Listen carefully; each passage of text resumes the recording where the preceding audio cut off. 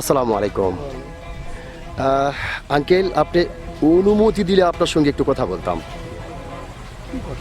এই সাধারণ বিষয়গুলো নিয়ে কিছু কথা বলবো। আপনি একজন বাংলাদেশের সাধারণ মানুষ হিসাবে।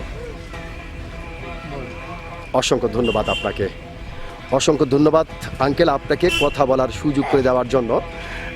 তো আঙ্কেল, সর্বপ্রথমে জানতে চাচ্ছি আপনি কেমন আছেন? ইনশাল্লাহ আলহামদুলিল্লাহ, যে আল্লাহ আপনাকে ভালো রেখেছে। তো আঙ্কেল, আপনার নামটা জানতে পারি?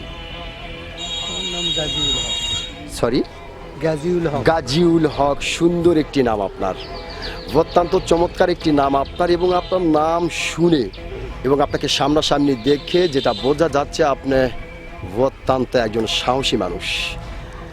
এটা কিন্তু আপনাকে দেখেই বোঝা যাচ্ছে যে আপনি ছোটবেলা থেকে প্রচণ্ড একজন সাহসী মানুষ ছিলেন। তো আঙ্কেল, যেহেতু আপনি বাংলাদেশের একজন সচেতন নাগরিক এবং বাংলাদেশের অত্যন্ত একজন সাহসী মানুষ, সেই ক্ষেত্রে একটি বিষয় আপনার কাছ থেকে জানতে চাচ্ছি যে আমাদের বাংলাদেশের সাবেক প্রধানমন্ত্রী শেখ হাসিনা, তিনি এখন বাংলার মাটি ছেড়ে ভারতের মাটিতে অবস্থান করতেছেন।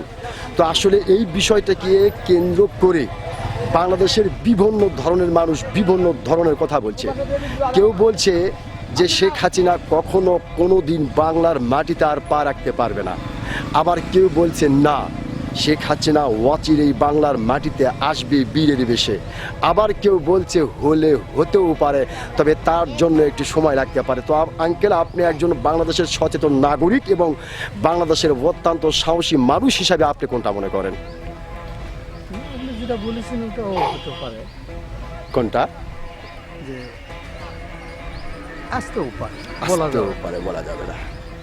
আমি যদি এখন বলছি না আসবে, তা তো বলা যাবে না। ঠিক আছে, একটু জোরে বলতে হবে প্লিজ। বাংলাদেশের নাম হ্যাঁ আমি মনে হয় হ্যাঁ হ্যাঁ না। হ্যাঁ হ্যাঁ। এই তার মানে আপনি যেটা বোঝাতে চাচ্ছেন যে আসতেও পারে, হয়তো একটু সময় লাগতে পারে, এটা নাও পারে, আসতেও পারে, নাও পারে, আবার নাও আসতে পারে। হ্যাঁ, মানে এটা দুই ধরনের হতে পারে, আসতেও পারে নাও পারে, এরকমটাই হতে পারে। হ্যাঁ। ওকে, অসংখ্য ধন্যবাদ আপনাকে আঙ্কেল। আপনি যে সত্যিকারের একজন সাহসী মানুষ, আপনি কিন্তু আপনার সাহসিকতার পরিচয় দিয়েছেন।